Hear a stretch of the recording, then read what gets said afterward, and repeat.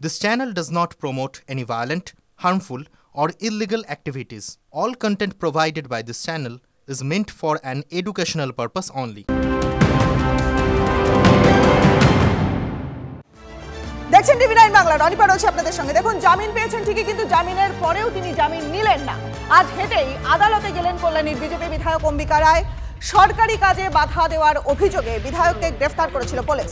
শর্ত সাপেক্ষে পুলিশ জামিন দিতে রাজি হলেও তিনি নিলেন না। অম্বিকার সঙ্গে স্থানীয় 2 নেতা সহ 15 জনকে গ্রেফতার করা হয়েছিল।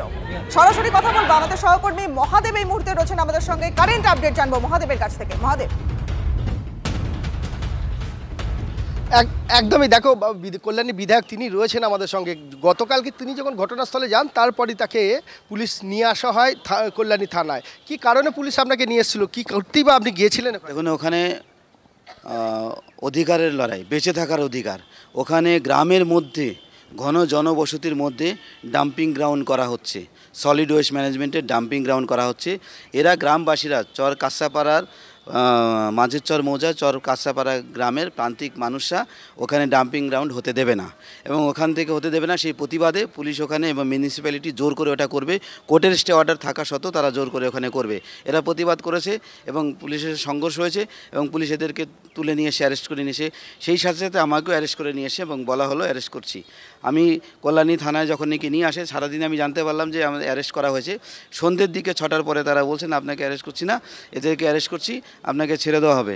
না, আমি করব না, আমি এদের ছেড়ে যাব না, এবং এদেরকে যদি ছাড়েন তবেই আমি যাব, না হলে আমি যাব না। এবং উনি বলে পার্সোনাল বন্ডে সাইন করে আপনাকে রিলিজ করছে। এমনি পার্সোনাল বন্ডে আমি সাইন করিনি, আমি সাইন করব না। যদি এদেরকে যদি করান তবেই হবে, নাহলে আমি যাব না। এদের সাথে আমি সারা রাত কল্যাণী থানায় আমি সারা রাত ছিলাম। সকালবেলা 8টার সময় তড়িঘড়ি করে এদেরকে ওখান থেকে কোর্টের লকআপে এখানে পাঠিয়েছে। আমিও সেই সাথে সাথে এসেছি, আমি এদের সাথে রয়েছি, আমি বাইরে রয়েছি, বাকিদেরকে লকআপে রেখে দিয়েছে। এদেরকে না নিয়ে যাব না। একদমই দেখো, একাধিক গ্রামবাসী এসছেন এখানে এলাকায়, যারা ছিলেন, যারা প্রতিবাদ করছেন, আন্দোলন করছে, যেখানে বসবাস করেন ওখানে, সেখানে তাদের দাবি রয়েছে যে তারা এখানে ডাম্পিং স্টেশন করলে তারা এখানে বসবাস করেন, সেক্ষেত্রে তাদের সমস্যা হবে। আর সেই কারণেই কিন্তু তারা এই প্রতিবাদ জানাচ্ছিলেন। কি কারণে আমরা প্রতিবাদ জানাচ্ছি?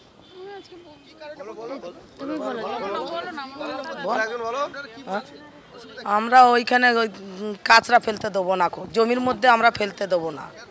না, আমাদের ওখানে আমরা চাষবাস করে খাই, আমরা ফেলতে দেবো না। আমাদেরকে কালকে সব ওই আমাদের সব তুলে এনেছে, আমরা ওই বলতে হচ্ছে যে আমরা ওখানে কাঁচরা ফেলতে দেবো না। দেখো, বিধায়ক যখন ছিলেন, বুঝতে পারছি মহাদেব, অনেক ধন্যবাদ তোমায়।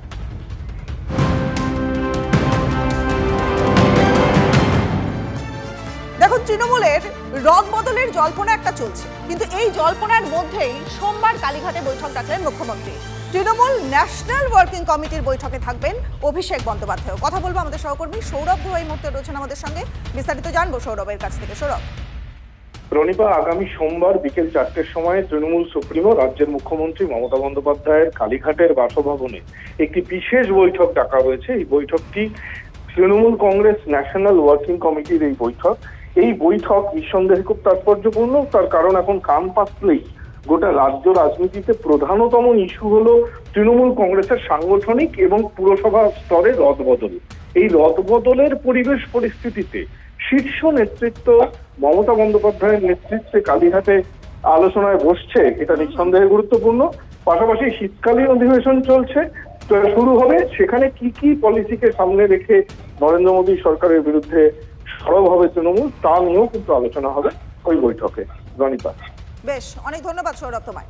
আর এই বিষয়ে আমরা কথা বলেছিলাম শঙ্কর ঘোষ, শান্তনু সেনের সঙ্গে। শুনুন তারা কি বললেন। এগিয়ে বাংলা যে স্লোগানটা দেওয়া হয়, আমি বারবার করে বলি যে মুখ্যমন্ত্রীর উপস্থিতিতে এই বাংলা এগোয়নি, বরঞ্চ 100 বছর পিছিয়ে গিয়েছে। ফলে কাউকে চেঞ্জ করে লাভ হবে না। একমাত্র চেঞ্জ হলে তৃণমূল কংগ্রেসের সরকার, তাহলে রাজ্যের মঙ্গল হবে।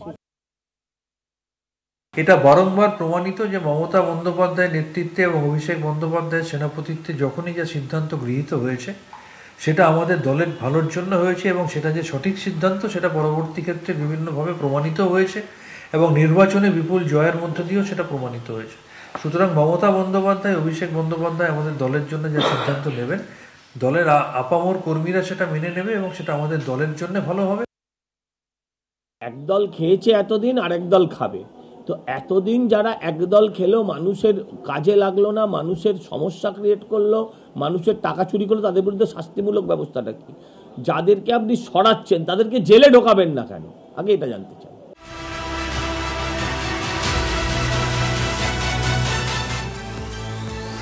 দেখুন, সবজির গায়ে যেন আগুন লেগেছে। আলু পেঁয়াজের মূল্য বৃদ্ধি নিয়ে ক্ষুব্ধ মুখ্যমন্ত্রী মমতা বন্দ্যোপাধ্যায়। এবার রপ্তানিতে রাশ টানলেন মুখ্যমন্ত্রী।